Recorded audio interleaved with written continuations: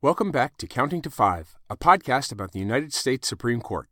In this episode, we're going to provide an update on the court's current term, followed by a review of some of the most interesting cases the court heard earlier in the term that we're still waiting on opinions from, then a summary of the cases argued in the first week of the court's January oral arguments, and a quick preview of a few cases coming up later in the term. But first, a quick word about some changes to the format that we're trying out.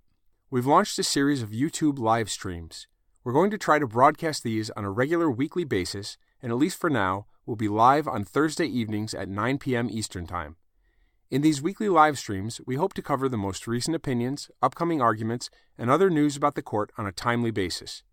But most importantly, if you join us during the live broadcast, you can ask your own questions in the live chat, and I'll do my best to answer them live on the air. The remainder of this podcast episode consists of audio from the first live stream in this series, which aired on Thursday, January 4th. As of this recording, the next scheduled live stream will be on Thursday, January 11th at 9 p.m. Eastern. But if you're listening after January 11th, please check the Counting to Five YouTube channel to find the next scheduled live stream. We plan to release the audio from future live streams as episodes of this podcast, but we also plan to continue to publish additional podcast-exclusive episodes with interviews and other content. As always, I'm eager to hear your feedback. And now, the January 4th live stream. Hello, I'm Mike. I'm the host of the Counting to Five Supreme Court podcast. Counting to Five, if you're not familiar with it, is a podcast that seeks to cover the Supreme Court in a way that's accessible to lawyers and non-lawyers alike without sacrificing legal accuracy. This fall, we did one YouTube live stream as kind of an experiment, and we liked how it came out. So I'm starting tonight. We're going to try and make this a fairly regular series of YouTube live streams. Tonight was not publicized ahead of time, so it's just going to be me talking. But in future live streams, I'm hoping that the viewing audience can submit questions about the cases I'm discussing about the court, and I'll answer them live on the live stream. The next live stream will be next week. That's Thursday, January 11th at 9 p.m. Eastern Time. If you're watching this after that date, please check the Counting to Five YouTube page to see when our next scheduled live stream is. This live stream, the agenda for today is to talk about the state of the term. It's early January, and the Supreme Court's term, which started in October, is now about 3 months in. So we're going to talk about what the court has done so far and where we stand right now. Talk about some of the cases that the court has already heard that we're waiting for opinions in, and then we'll go on to talk about the cases that the court is going to hear next week. Starting on next Monday, the court will be hearing beginning its January oral argument session. So we'll talk about the first week of January's cases, and then I'll talk about some of the other highly anticipated cases coming up later in the term. So without further ado, I'll get started. The big question that people have been asking right now about the current Supreme Court term is, where are the opinions? As I mentioned, we're 3 months in, and right now the court has only issued one single opinion in an argued case. That was a case called Hamer versus Neighborhood Housing Services of Chicago. It was a very technical procedural case about the effects of missing a time deadline for filing an appeal. It's not really a case that was getting much attention. Usually by this time in the term, by the end of December, the court has issued several opinions. In the last five terms, they've issued between 3 and 6 opinions by the end of December. And actually, this year is on track to be the slowest start to a Supreme Court term since 1868, when the second opinion of the year was not issued until January 11th. Next week, when they begin their January oral arguments, it's very likely that the court will issue some more opinions. So we'll start to see some of those fall cases get decided. We don't know yet. The court has not yet announced if it is expecting to issue opinions next week. So why is this happening? It's a little odd because the court has a relatively light term. They only heard 25 cases from October through December, which is fairly light by historical standards. So you'd think that would give them more time on finishing up opinions. But part of the reason may be that this is just a term with a lot of very controversial cases. Last term, which was marked by the majority of the term, the court only had 8 members after the death of Justice Scalia the previous year, and the term was widely considered to be a very dull term by most Supreme Court watchers. This year is anything but. This year, the court's docket is filled with cases that are both a number of high-profile cases that have been getting a lot of media coverage, and also a number of cases that are just expected, based on past history, expected to closely divide the justices on the court, often along the stereotypical conservative liberal lines. And the October argument session started right off with a number of very contentious cases. It started with a case called Epic Systems v. Lewis, which was actually 3 consolidated cases, which were about the enforceability of arbitration provisions in employment agreements. And that is very closely watched, especially by labor and employment lawyers. And there were 2 immigration-related cases that the court heard that were carried over from last term. Now, these cases were argued last term, but the court was unable to issue a decision by the end of the term. And usually that means that the court was internally divided, either 4-4 because they only had 8 members at the time the case was argued, or divided in some other way that they were unable to put together a 5-member majority. So they had the cases re-argued. So however those cases come out, they're expected to be fairly closely divided, given the fact that an 8-member court was unable to reach a majority. That's Sessions v. DeMaia, which was about a challenge to provisions to remove immigrants who have been convicted of a crime that was challenged as unconstitutionally vague. And then there was Jennings v. Rodriguez, which was about immigration detainees and whether they are entitled to a bond hearing to be released pending a determination of their whether they're going to be removed from the country. Then the court heard Gill v. Whitford. That was a Wisconsin case that was challenging under the Constitution, challenging partisan political gerrymanders and asking the court to find that Wisconsin had gone too far in drawing political boundaries, electoral boundaries on partisan lines to give a large advantage to, in that case, the Republican Party. And that's a case that's gotten a lot of attention and has been kind of a high-profile case. And the court had a few other cases that it heard in October, also some fairly interesting criminal cases, a case about whether corporations can be found liable under international human rights law under a law called the Alien Tort Statute. So there's these cases, not all of them were super high profile, but there were no obvious slam dunk easy cases. So it won't be too surprising if there's a lot of 5-4, 6-3 or other closely divided opinions coming out of October.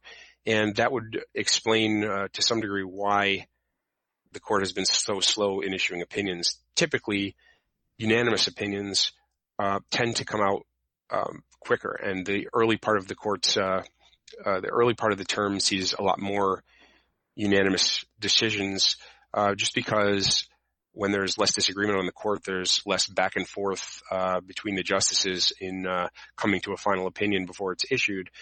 Where when a court is closely divided and there may be multiple concurrences or dissents from the majority opinion, there may be a lot more back and forth as the different opinions respond to each other, and it might take a while to get in a more final form. So it may just be the high number of very contentious cases early in the term has slowed down the court in getting any opinions out. But hopefully we'll see some opinions soon, and that'll get the ball rolling and maybe give us some insight into what was taking so long. In addition to, the other thing that's interesting to look at is the court's caseload this term. So just to really quickly describe kind of the shape of the court's term, the court's term runs each year from October basically through the end of June. The court hears oral arguments for 2 weeks a month from October through April, so for 7 months. And then it typically issues all of its opinions for the cases argued that term, except when something is carried over and re-argued like the cases I mentioned earlier. But typically all of the opinions for the term will be issued by the end of June, and then the court goes into a summer recess, returning shortly before the next October. Now, the petitions that the court receives petitions from parties that lost in lower courts, and the court receives these petitions year-round, and they grant the petitions, that is, choosing to accept particular cases to be heard, on a rolling basis throughout the whole year. So once they've accepted a case, there's usually several months between when the case is accepted and when it's argued, and that's to give time for the briefing so the parties can submit their legal briefs. And typically the full normal briefing schedule takes about 3.5 months. So the court would like to leave at least that much time between a grant of a petition and the oral argument. But if necessary to fill their calendar, they can shorten that time and give the parties less time to finish their briefs. But basically what happens is, by the end of June, when the court wraps up for the year and goes on their summer recess, the cases, they've typically granted enough cases by the end of June to fill out the fall arguments calendar for October, November, December.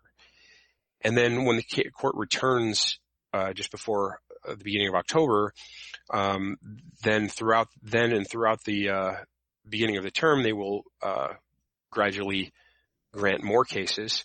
Those new cases that get granted get slotted into the argument calendars later in the term, basically starting in January, and then filling out January, February, March as the term progresses.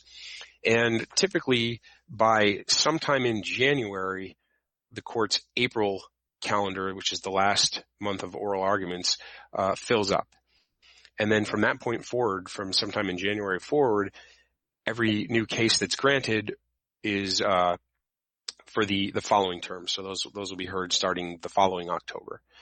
Now, over the past couple decades, there has been a very substantial decline in the court's caseload, the number of cases that it hears in a given year. In the 1980s, the court routinely heard more than 150 cases a year. But in the late 1980s or early 90s, there was a pretty rapid decline, and this number went from 150 or so down to 80 to 90 cases a year. That declined further into the 2000s to 70 to 80 cases a year. And in the last few years, there have been several years that have been even significantly lower, even in the low 60s. And this year is shaping up to look like it could be another very low year. They started the year in October, when they came back in October, with a fairly low number of cases left over that had been granted before they left in June. And here's how it looks so far. They heard 9 cases in October, 6 in November, and 10 in December. They have 9 cases on their calendar for January that's starting next week, and then another 9 cases on their calendar for February, and 9 more cases that have not been scheduled yet that will likely go on the calendar for March. If you add that up, that's 52 cases total that they've granted so far. Now, those numbers are low because the court, in a typical month, where they have oral argument, they hear argument for 2 weeks, but only 3 days a week. And the court likes to hear 2 arguments a day on those argument dates. So in a typical month, they have basically 12 argument slots. In some months where there's a holiday or something, they may lose a day. There may only be 10 slots, but usually 10 or 12 argument slots per month. And basically none of the calendars this year, none of the months have been full. They've all had empty argument slots where they could have easily fit other cases without having to add extra arguments beyond the 2 that they like to hear in a day. So what's left? Well, if the 9 cases that aren't yet scheduled are put on the calendar for March, that still leaves April's calendar open. The court has its next scheduled conference tomorrow. That's Friday, January 5th, and then the next 2 weeks after that, on the 12th and the 19th, they have conferences where they will discuss petitions and have the opportunity to grant some more cases. And basically after January, any petitions after that are basically too late to make it onto this year's calendar. They would be too time constrained to have a reasonable briefing schedule. So basically, in the next few weeks, we'll see how the end of the year fills out. Now, even if they filled their entire April calendar with 12 cases, that would only be 64 for the whole year, which is pretty low. And over the last decade or so, they've only averaged about 9 cases granted in the month of January. So this is looking to be a relatively a very, very light year. One other thing to keep in mind is that because the cases that don't make it onto the April calendar are carried over to the next year, the more cases that the court tries to kind of hurry up and get on the calendar for April, those are cases that are potentially that are not going to be carried over to the following year, which will leave them again in the next October potentially with a light number of cases at the start of the term, and just kind of perpetuate this whole light caseload. So this is just it's an interesting trend to keep an eye on, and it'll be interesting to see whether the court makes any changes or any real effort to increase the number of cases that they're granting each year, or whether this is just a new normal of very low caseloads at the court.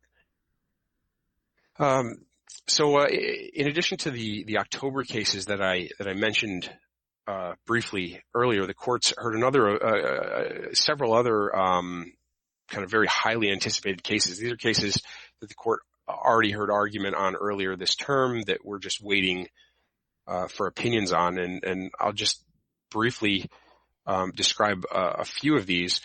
One of them is Oil States Energy Services, LLC, the Greens Energy Group.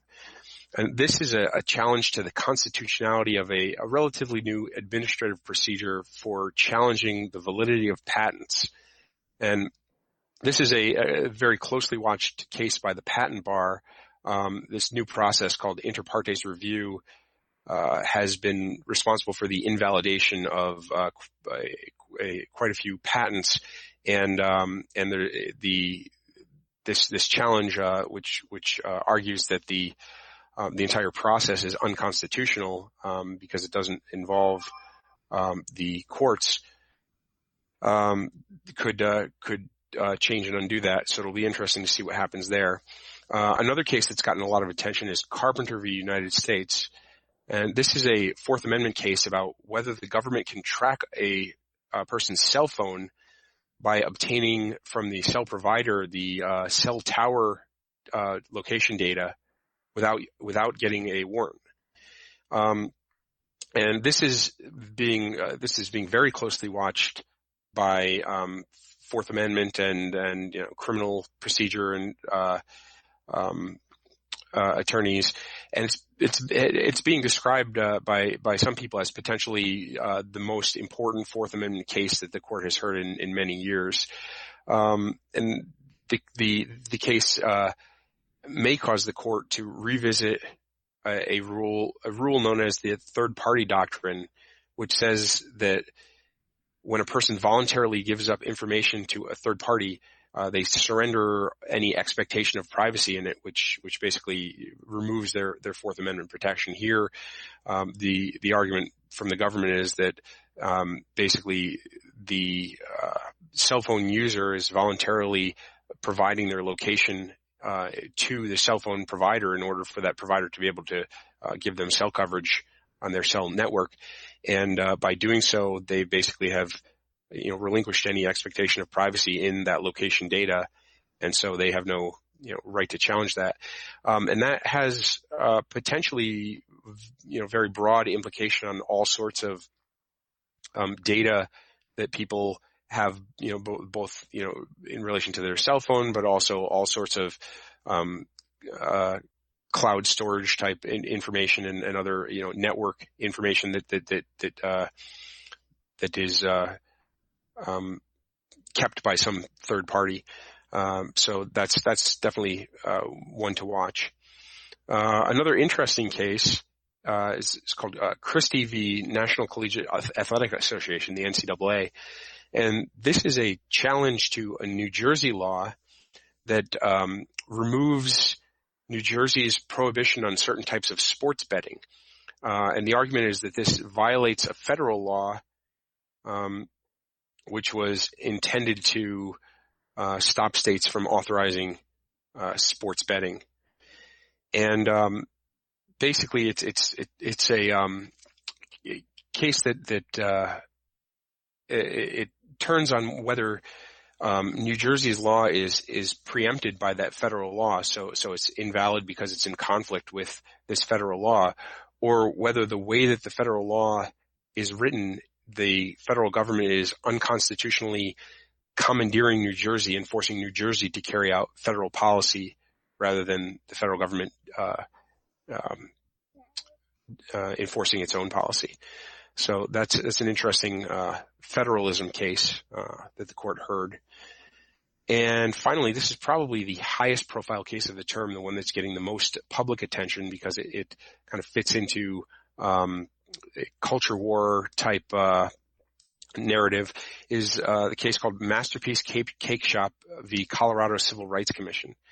And this is a case about a baker in Colorado who refused to bake a custom wedding cake for a same-sex wedding ceremony, and was an action was brought by the under Colorado's public accommodations laws, and Colorado's laws, anti-discrimination laws, treat sexual orientation as a protected classification. And the baker was found to be in violation of Colorado's law. And the way this case has been framed, it's been brought as a First Amendment compelled speech case. And the argument is that the baker is being forced to create an artistic expression or message that he disagrees with. And so this is a case that basically pits anti-discrimination law against the First Amendment's protection against compelled speech. And that's definitely a case to watch because it presents some very interesting and potentially tricky line drawing questions that the court may or may not answer, that basically determine, whichever way the court comes down, to what degree its decision may cut into the effect of anti-discrimination law, or on the other hand, may restrict the protection that the First Amendment provides to certain types of to the protection against being compelled to engage in certain, potentially artistic forms of expression. So those are a few of the highest profile cases, most interesting cases that the court has already heard. And again, decisions could come down on them at any time.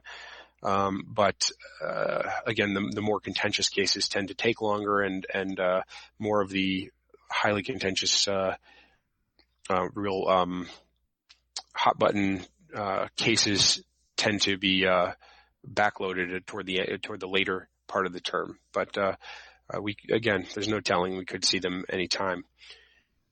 So next, I'm going to turn to the January oral arguments, which start on next week, Monday, January 8th.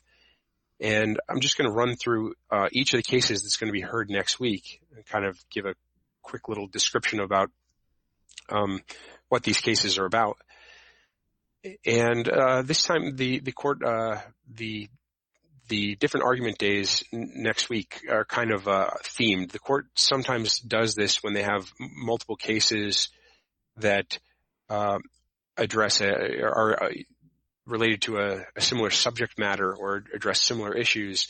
The court often will group them together on the same argument day, and they've done that here next week. So on Monday, January 8th, the court has two interstate disputes. These are actions brought by one state directly against another state.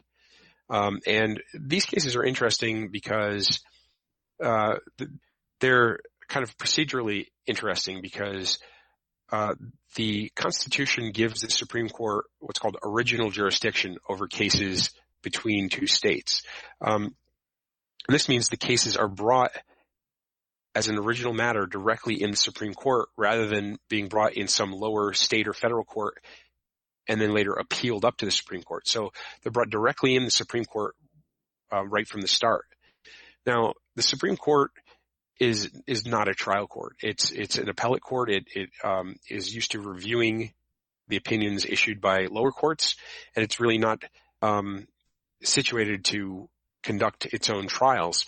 So what the Supreme Court does in these original jurisdiction cases is it appoints someone called a special master to hear the case. It's some outside person. Sometimes it's a law professor with expertise in the particular area. And this person is appointed, and they essentially act like a trial judge in the case, and they kind of operate over on the side, conducting the litigation between the different states. And then instead of issuing an opinion like an actual judge would, they issue a report. And the report is basically their recommended opinion in the case.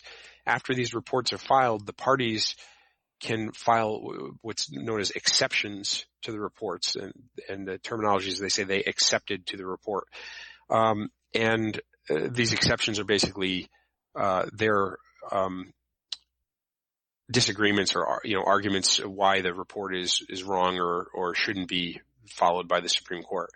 And then the Supreme Court then considers these exceptions, and this is basically the Supreme Court's way of converting these original jurisdiction cases into something that's more like an appeal. So it's kind of more like the parties are appealing from the special master's determination. And these cases are not that rare. There's, maybe one or so, on average, one of these cases every year. A lot of them are water disputes. It's a very common source of litigation between different states is disputes over water rights on various rivers that either border or pass through multiple states. And again, these are not usually cases with a lot of broad importance, and they're not things that get a lot of attention. They are often very significant to the states involved and may involve, very important water rights or, payments between states in many millions of dollars over water usage. But, not the most wide-reaching cases you might see. So on Monday next week, the court has two of these cases. The first one is called Texas v. New Mexico and Colorado.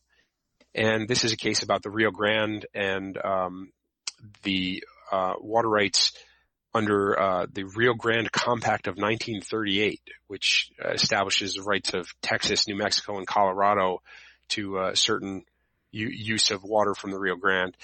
And this action was brought by Texas against New Mexico, accusing New Mexico of using water from the river that it's not entitled to. But the specific issue the court's looking at is the United States wants to intervene in the lawsuit. They want to come in as a party to the lawsuit on Texas's side against New Mexico. And part of the argument is that the U.S. has a treaty with Mexico related to the water rights in the Rio Grande, and the actions of these states implicate, the United States' ability to uphold its end of the treaty with Mexico. And the special master issued a report recommending that some of the United States' claims should be dismissed because they're based on this 1938 compact, and the United States is not a party to that compact. But the United States has accepted to this recommendation, that is, basically disagreed with it, and is asking the Supreme Court to decide the issue. And the second case on Monday is Florida v. Georgia. This is a case about the allocation of water in the Apalachicola-Chattahoochee-Flint River Basin, which covers parts of Alabama, Georgia, and Florida. And those three states have been unable to come to a agreement about the allocation of the water in the river system. So the water allocation has basically been managed by the Army Corps of Engineers, which operates a set of dams and reservoirs on the river system. And this particular dispute is about Lake Lanier, a reservoir in Georgia, which is created by a dam on the Chattahoochee River. And a substantial portion of the water in this lake supplies the Atlanta metropolitan area. So this action was brought by Florida against Georgia, alleging that Georgia's overuse of water from the river system is causing ecological and economic harm to Florida. Excuse me. The special master issued a report and basically recommended that Florida's claim should be denied because the Army Corps of Engineers is not a party to the case, and without the court directing the Army Corps of Engineers to take certain actions, Florida can't show that by capping Georgia's water use, Florida's harms would actually be remedied, because the effect of capping Georgia's water use on Florida would depend heavily on exactly what the Army Corps of Engineers chose to do with the additional water in the river system. So Florida has made an exception to that master's report, and so the Supreme Court is going to decide that. So that's Monday's case. It's not too exciting, but interesting just because it's a different type of case that you don't see as often. So Tuesday, the theme of the day is the Fourth Amendment and automobiles, automobile searches. The first case is called Byrd v. United States. And the Byrd is a man named Terrence Byrd, who was pulled over on a Pennsylvania highway for driving in the left lane. Byrd was driving a rental car, but the car had been rented by his girlfriend, Latasha Reed, who was not with him when he was pulled over, and Byrd was not listed on the rental agreement as an authorized driver.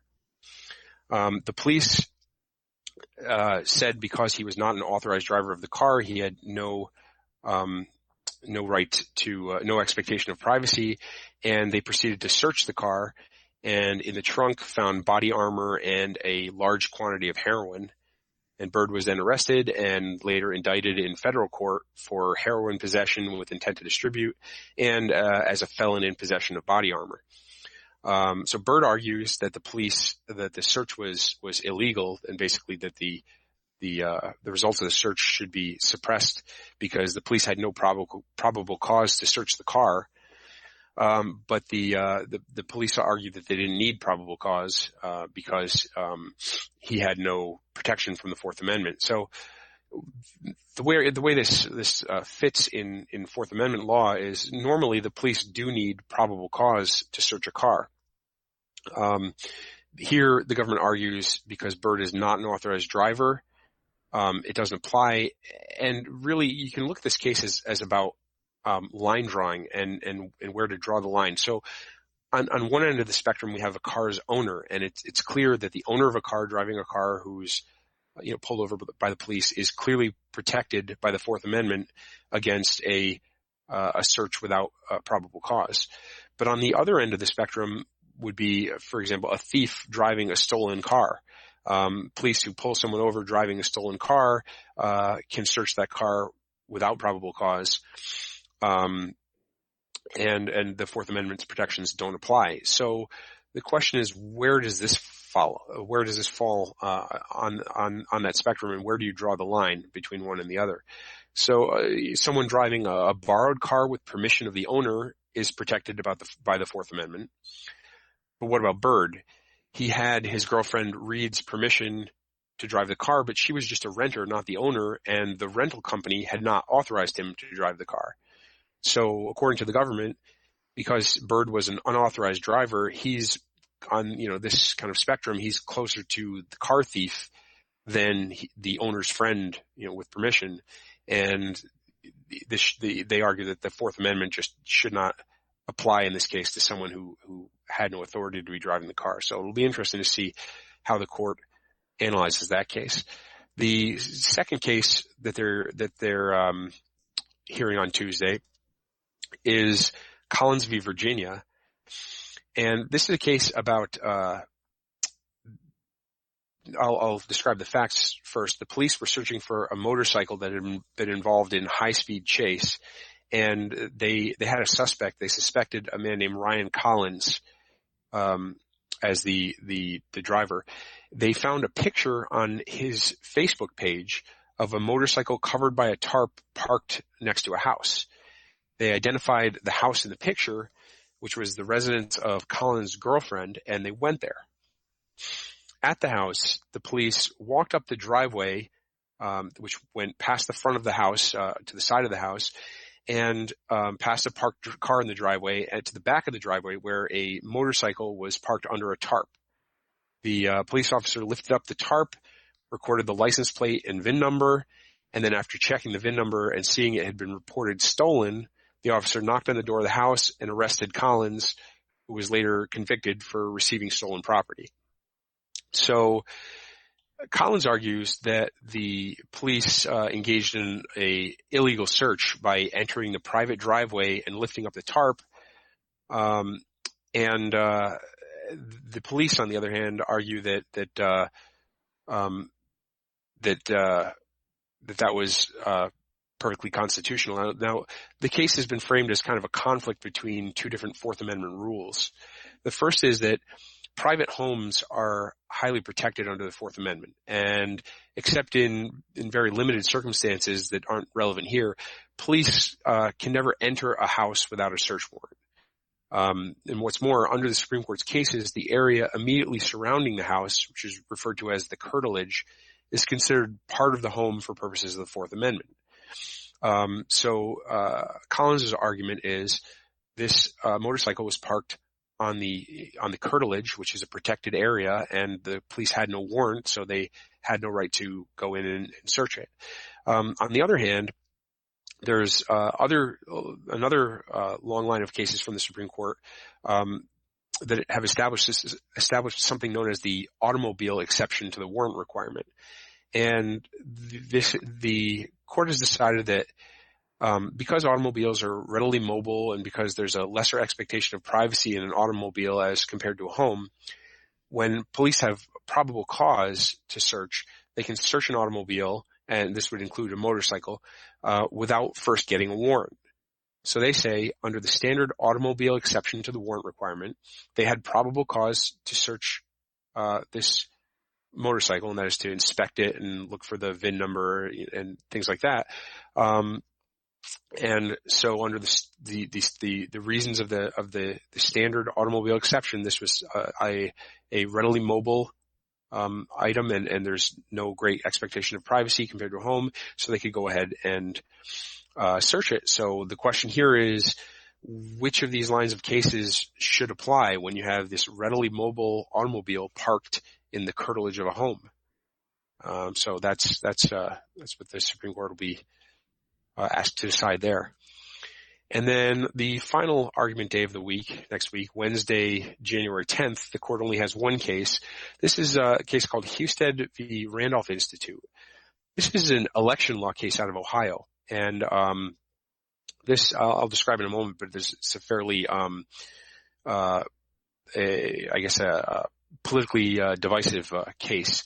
So the way that where this case comes from is states are required under a federal law called the Help America Vote Act.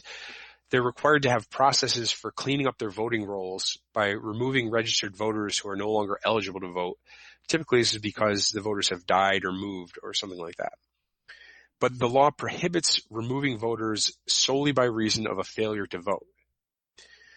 Under the Ohio law, under one provision of the Ohio law, if a voter hasn't voted in 2 years, they're mailed by the Board of Elections a confirmation notice. If the confirmation notice isn't returned by prepaid mail or otherwise confirmed online, then if the voter doesn't vote or update the registration in the next 4 years, they're removed from the rolls. So first you have a 2-year period of not voting that triggers the mailing of this card. And then the failure to return that card leads to a 4-year period where if you don't vote, then you'll be removed from the rolls. So the challengers to Ohio's process, they argued that basically this directly violates federal law because the entire process leading to the removal from the voting rolls is triggered by someone's failure to vote in an election. But Ohio argues, on the other hand, that the federal law only prohibits removing voters solely by reason of failure to vote, and that's not what's happening here because the removal only occurs when the voter also fails to respond to a mailed notice, and sending mailed notices is an accepted practice for cleaning up the voter rolls. So that's the basic arguments in the case, but this case it's been framed as part of a larger ongoing battle between the Republicans and Democrats over elections and voting procedures, and including policies like voter ID requirements, which have been enacted by a number of states. And these policies have been typically framed by Republicans as efforts to prevent voter fraud and to ensure the integrity of elections, while Democrats have framed them as efforts to disenfranchise eligible voters, which they allege will disproportionately affect certain Democratic constituencies like minorities and the poor. So this case, while on its face it's about the meaning of this particular federal statute and what it means for something to be solely by reason of a failure to vote, it fits into this larger context between the two political parties. So that's next week's cases. Before I wrap up, I'm going to quickly just mention a few other cases that are coming up later this term, and then we'll wrap up here. One of these cases is Janus v. American Federation of State, County, and Municipal Employees. And this case, this is a case brought under the First Amendment as a challenge to what's sometimes known as agency fees that's paid by employees who are not a member of a union. It's the fee that a public employee union can charge to employees who choose not to be members of the union. persons that in a unionized public employees in a unionized workplace have the right to not join the union and to opt out of paying money to the union that would be used for various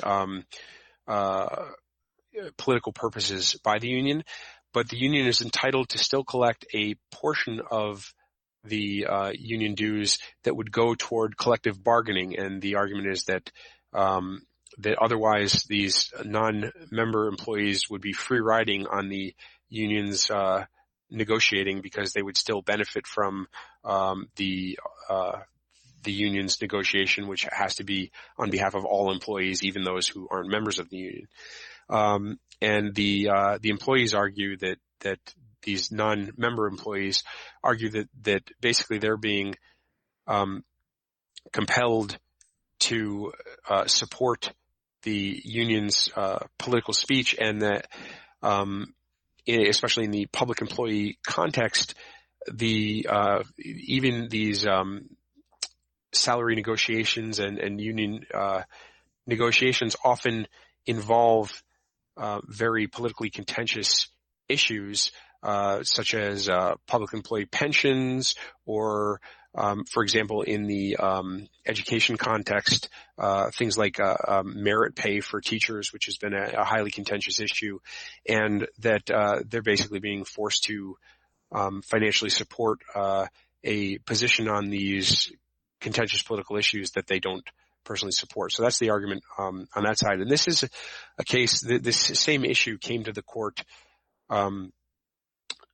previously, but resulted in a 4-4 split with no decision. So this is kind of a repeat issue to the court that now they will presumably be able to decide. Another case that's coming up later this term is called National Institute of Family and Life Advocates v. Becerra. And this is a First Amendment challenge to a California law that requires crisis pregnancy centers. And these are centers that are established by pro-life organizations to provide counseling, generally counseling to pregnant mothers, generally attempting to dissuade people from seeking an abortion or steering them toward options other than abortion. And the California law requires these centers to post information about the availability of abortions. And this California law has been challenged as again a compelling speech by these pro-life crisis pregnancy centers, compelling them to engage in speech that they say runs directly counter to their mission. And one more case to watch is a case called Benisek v. Lamone, which is a partisan gerrymandering case out of Maryland. And I mentioned earlier Gill v. Whitford, which was the partisan gerrymandering case out of Wisconsin that was already argued earlier this term. And the Maryland case is interesting for a few reasons. One, it's politically the flip side of the Wisconsin case, where Wisconsin is a Republican-dominated state where the electoral districts were allegedly unconstitutionally gerrymandered to favor the Republicans in an extreme way. Maryland is the other way around, a democratically controlled state where the electoral districts were shaped to favor the Democrats in a very strong way. But another interesting factor about that case is that it's been explicitly framed as a First Amendment challenge. The argument is that by gerrymandering on the basis of political partisan affiliation, the state is discriminating against people on the basis of their political affiliation, and in violation of the First Amendment. And so that the Wisconsin case while the First Amendment issue has been raised there, it's been framed as a more of an equal protection case, which is more typical in the more common racial gerrymandering cases. So it's interesting that the court, while it already has this Wisconsin case, it's also taken up this Maryland case. A lot of people were expecting the court to just hold this Maryland case, not act on it, wait till the decision comes out in Wisconsin, because the decision in the Wisconsin case would very likely have some impact on the Maryland case, which could then potentially just be sent down to the lower court for redecision. But instead, they agreed to hear argument in the Maryland case. So that's interesting. It's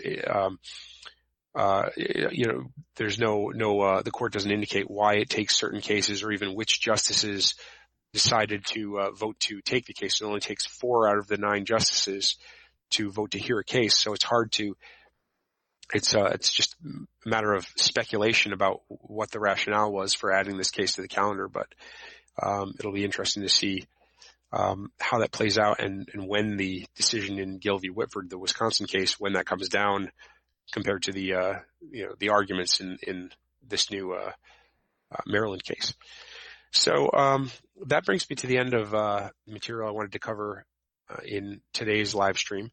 As I mentioned at the beginning, I intend to do these live streams on a regular basis, and I'm hoping that in the future I will work to publicize these a little more and have some live viewers who can pose questions or comments about the cases I'm discussing in the live stream chat during the live streams, and I will attempt to answer and address those questions and comments during my live stream. So the next scheduled live stream will be a week from today, which, as I recorded it, a week from today is January 11th, and it'll be at 9 p.m. Eastern Time. And I intend in next week I'll